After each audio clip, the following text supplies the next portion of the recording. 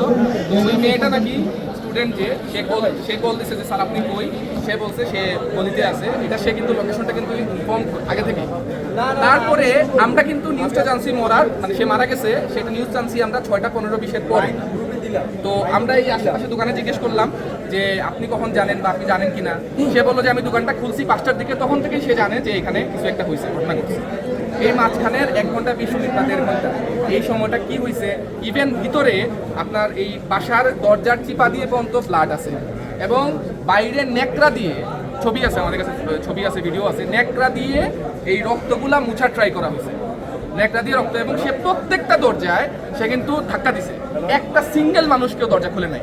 এবং এরা কিন্তু, আমি যতটুকু শুনলাম এই আশেপাশে মানুষ থেকে, এরা নাকি ফ্ল্যাটে সবাই আত্মীয় স্বজন থাকে। তো এই হইল বর্তমান অবস্থা এখানের।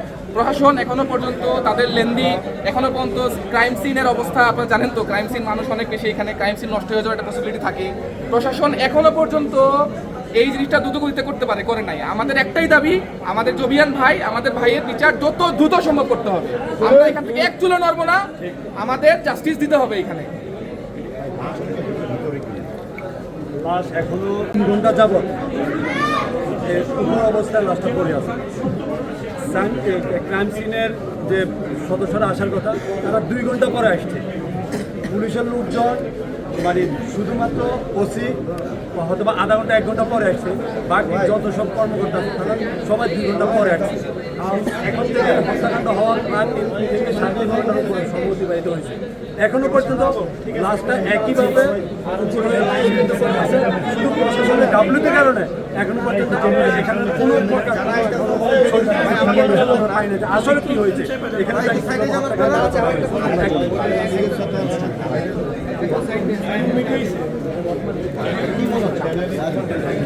আসলে জুবাইর যে ছেলেটা হত্যাকাণ্ড শিকার হয়েছে, সে আমার ডিপার্টমেন্টেরই পরিসংখ্যান ডিপার্টমেন্টের 15তম ব্যাচের শিক্ষার্থী, মাস্টার্সের শিক্ষার্থী। ওর বিরুদ্ধে পুরো ভার্সিটিতে ইনকোয়ারি করলে ওর সাথে কারোর ন্যূনতম একটা ঝামেলা আছে, মানে এত অমায়িক একটা ছেলে, এত ভদ্র, মানে যে শুনতেছে, আমি যখন শুনি আমার মানে হাত পা জাস্ট প্যারালাইজড হয়ে গেছে যে আসলে কিভাবে সম্ভব ওরও করতে পারে। তো আমরা জগন্নাথ বিশ্ববিদ্যালয়ের শিক্ষার্থীরা হল থেকে বঞ্চিত, শিক্ষার্থীরা টিউশনি করে নানানভাবে কষ্ট করে তাদের জীবিকা নির্বাহ করে, প্লাস তাদের পড়াশোনা একাডেমিক কার্যক্রম চলমান রাখতেছে।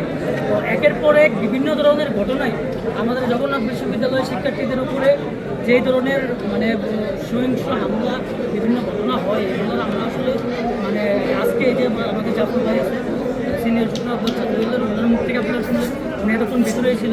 পুলিশের যে অবহেলা, একটা ইউনিভার্সিটির, একটা পাবলিক ইউনিভার্সিটির একটা ছেলেকে মানে ছুরি দিয়ে খাইয়ে পরিকল্পিতভাবে পাশবিক নির্যাতিত করে সিঁড়ির গোড়ায় মেরে ফেলে। আর এটা নিয়ে সেটা পুলিশের এই ঢিলেমি ক্রাইম সিন নাটক, এগুলো আসলে খুবই হতাশজনক। আমরা দায়িত্বহীনভাবে জুবিয়ান হিসেবে দায়িত্বহীনভাবে বলছি, জুবাইদের লাশ যদি ওই সিঁড়িতে থাকে, ওই সিঁড়িতেই করে থাকবে। জুবাইদের আসামিরা যতক্ষণ পর্যন্ত গ্রেপ্তারকৃত না হবে ততক্ষণ পর্যন্ত আমরা জবিয়ানরা এই জায়গা ছাড়বো না। এবং এটা